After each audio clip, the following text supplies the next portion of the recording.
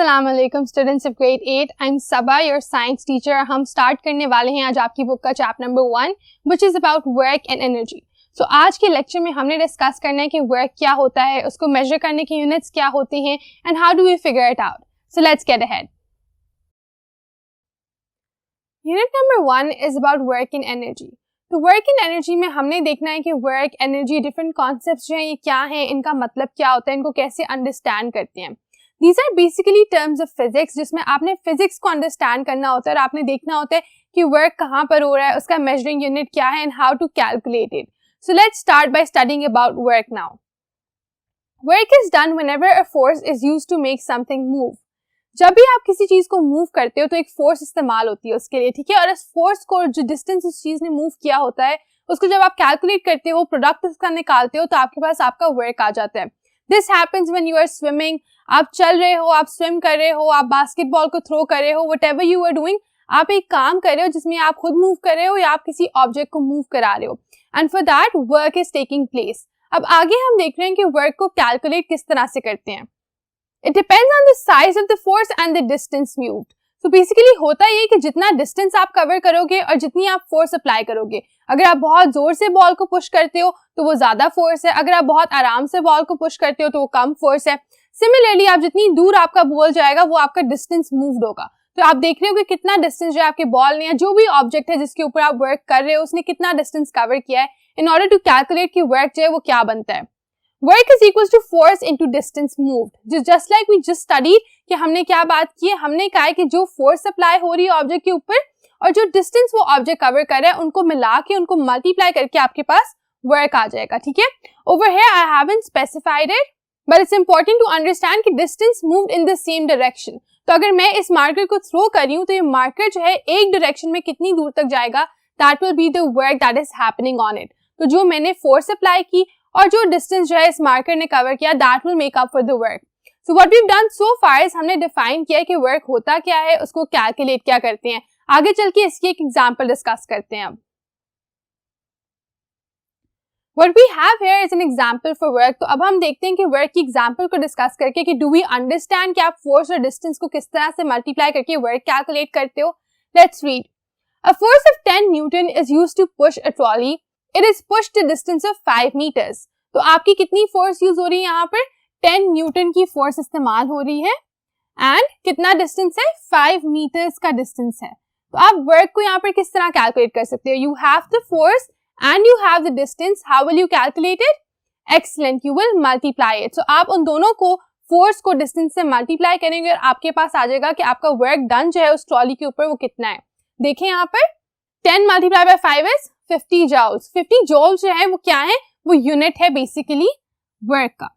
तो जैसे कि हर चीज का एक यूनिट होता है, डिस्टेंस का यूनिट क्या है? डिस्टेंस का यूनिट है मीटर्स या किलोमीटर्स, जिनको आप कैलकुलेट कर पाते हो। टाइम का यूनिट जो है वो सेकंड्स है। सिमिलरली फोर्स का यूनिट जो है वो न्यूटन्स है। तो वर्क का यूनिट क्या है? वर्क का unit is joules and that is how you will calculate work throughout this chapter, throughout this book.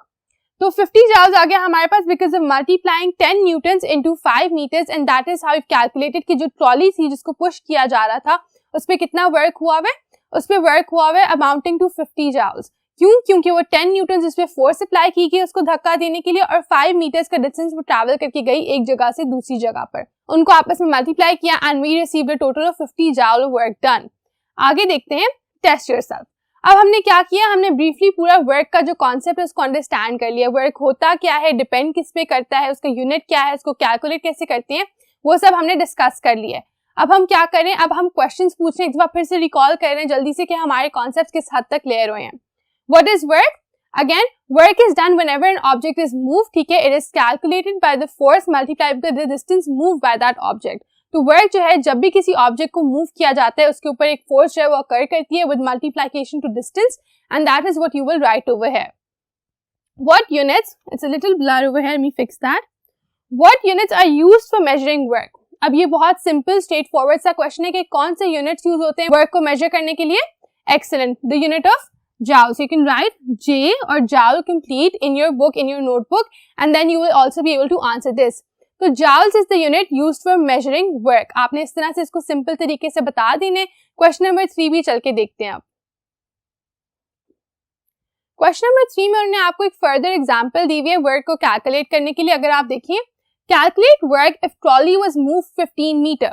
So the example that we just did, उसमें ट्रॉली कितनी move की गई थी? 5 metres. अब वो कह रहे हैं कि अगर 5 मीटर्स के बजाय उसी ट्रॉली को 15 मीटर्स मूव किया जाता, वो 15 मीटर्स का डिस्टेंस कवर करती, तो फिर हमारा वर्क क्या होता? Is this difficult? Not at all, it's very easy. आपने क्या करना है कि जहां पर आपने 10 न्यूटन्स को 5 मीटर से मल्टीप्लाई किया था, वहां पर आप अब 10 न्यूटन्स को 15 मीटर से मल्टीप्लाई करेंगी, क्योंकि अब आपका डिस्टेंस जो है that is 15 meters. And what do you get? You get 150 joule. If you multiply 15 by 10, what will you get? You will get 150 joules. और अब आपकी जो ट्रॉली है उसके ऊपर जो वर्क डन है that is equal to 150 joules. तो पहले क्योंकि सिर्फ 5 मीटर उसने डिस्टेंस कवर किया था, तो आप 10 को 5 से मल्टीप्लाई कर रहे थे और 50 joules का जो आपका डिस्टेंस है, जो वर्क डन है, वो कवर किया था आपकी ट्रॉली ने।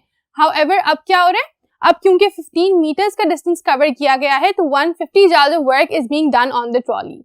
आगे देखें, what happens when you push against a wall? Now this is a think tank for you. This is a question to ponder upon for you. क्या होता है जब आप एक वॉल को बहुत ज्यादा फोर्स से पुश करते हैं? Does anything happen? No. अब आप अगर कैलकुलेट करोगे कि उस वॉल पे जो आप पुश कर रहे हो उसका वर्क डन कितना है, तो वो कितना होगा? It will be 0. And why? क्योंकि ऑल्दो आप फोर्स इस पे लगा रहे हो, आप अपना जोर जो है दीवार पे लगा रहे हो, लेकिन क्या वो दीवार जो है वो मूव कर रही है? नहीं। और वर्क के लिए जरूरी है कि डिस्टेंस मूव होना चाहिए एक सर्टेन अमाउंट, और क्योंकि डिस्टेंस मूव नहीं होता, इसी वजह से उसका वर्क जो है वो 0 रहता है, क्योंकि जितनी भी आप फोर्स लगा लो उसको आप मल्टीप्लाई करोगे बाय 0, क्योंकि डिस्टेंस कवर जो है वो आपका 0 होगा। और जब भी आप किसी चीज को 0 से मल्टीप्लाई करते हो तो आपका आंसर भी 0 आता है।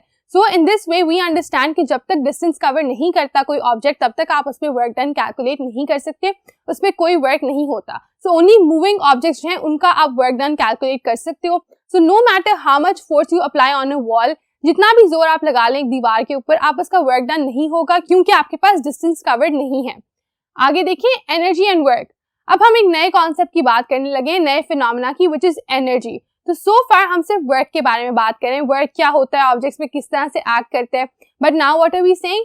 नाउ वी आर सेइंग कि एक कॉन्सेप्ट होता है एनर्जी का, और वो क्या है उसको अंडरस्टैंड करते हैं हम। Work requires energy. So basically ये दोनों जो है को रिलेटेड है, आपस में इनका रिलेशन है, और वो किस तरह है कि वर्क जो है वो एनर्जी के बगैर नहीं हो सकता। जब हम बात कर रहे थे कि आप एक दीवार को पुश करें, तो आप उसको क्या करें, आप उस पर वर्क करें। हाउएवर, आपको उसके लिए एनर्जी चाहिए।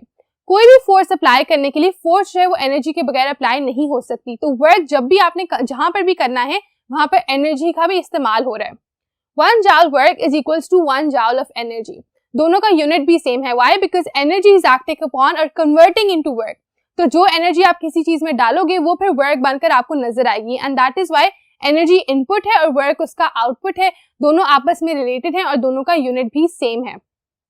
1 kilojoule equals to 1000 joule, 1 megajoule equals to 1 million joules। तो ये यूनिट्स है। फर्दर मेन यूनिट जो है वो जाउल है, उसको आप किलो जाउल में लिखते हो जब आपके पास 1000 joules आ जाए, right? So 1000 joule is 1 kilojoule, and secondly 1 megajoule कितना हो गया? 1 million के लिए फिर आप 1 megajoule जो है उसका यूनिट यूज करते हो। अक्सर जब आपने खाने वगैरह या आप कोई पैकेज लेते हो जिसके अंदर कोई फूड आइटम्स होते हैं, आप देखते हो उसके ऊपर लिखा होता है कि इसके अंदर इतनी एनर्जी है, ठीक है, इतने किलोजूल्स एनर्जी है, या एक सर्विंग में इतनी एनर्जी है। What is that? That is reflecting कि इस खाने को खाने से आपके अंदर इतनी एनर्जी आ जाएगी, और फिर ऑब्वियसली उस एनर्जी को आप यूटिलाइज करते हो फॉर डिफरेंट प्रोसेसेस। अलग अलग खानों से आपको अलग अमाउंट ऑफ एनर्जी मिलती है। हर वर्क जो आप करते हो, हर एक्टिविटी, हर ऑब्जेक्ट जो आप मूव करते हो, हर फोर्स जो आप अप्लाई करते हो, उसमें क्या हो रहा है? उसमें you are using a certain amount of energy. अब यहाँ पर बेसिकली द सेटिंग स्टोन आगे जो हमने पढ़ना है उसके लिए, and what is that? That is basically कि एनर्जी की कौन सी डिफरेंट फॉर्म्स होती हैं, आप उनको किस तरह से यूटिलाइज करते हो। सो एनर्जी जो है, सुनने में तो लगता है कि अच्छा एनर्जी चाहिए करना है, but no, energy has very specific terminologies as well. उसमें भी काफी कैटेगरीज, काफी डिफरेंट एग्जाम्पल्स आ जाती हैं, और उसकी 2 मेन टाइप्स जो है वो हमने इन चैप्टर में फोकस करनी है। तो आए उनको चल के देखें। So the 2 main examples of energy that we will be focusing on are, पहली है पोटेंशियल एनर्जी और दूसरी है काइनेटिक एनर्जी। पोटेंशियल एनर्जी होती है ऑब्जेक्ट्स में उनकी पोजीशन की वजह से, वो कहाँ पर हैं, वो किस तरह से हैं, उससे उनके अंदर पोटेंशियल एनर्जी फॉर्म होती है।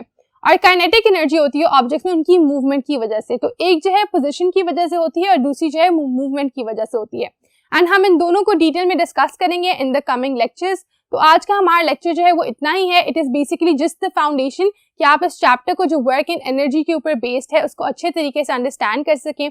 हमने आज बात की है वर्क के बारे में कि वर्क का यूनिट जो है वो जॉल होता है and work is calculated by multiplying force by the distance moved.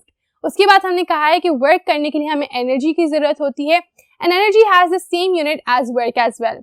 And now we started talking about the two types of energy that we will be discussing. वो कौन सी दो टाइप्स हैं? पहली है पोटेंशियल एनर्जी और दूसरी है kinetic energy. That will be it from my side. इंशाल्लाह इन द नेक्स्ट लेक्चर हम स्टार्ट करेंगे bye talking about potential energy. Until then, take care of yourselves. Allah Hafiz.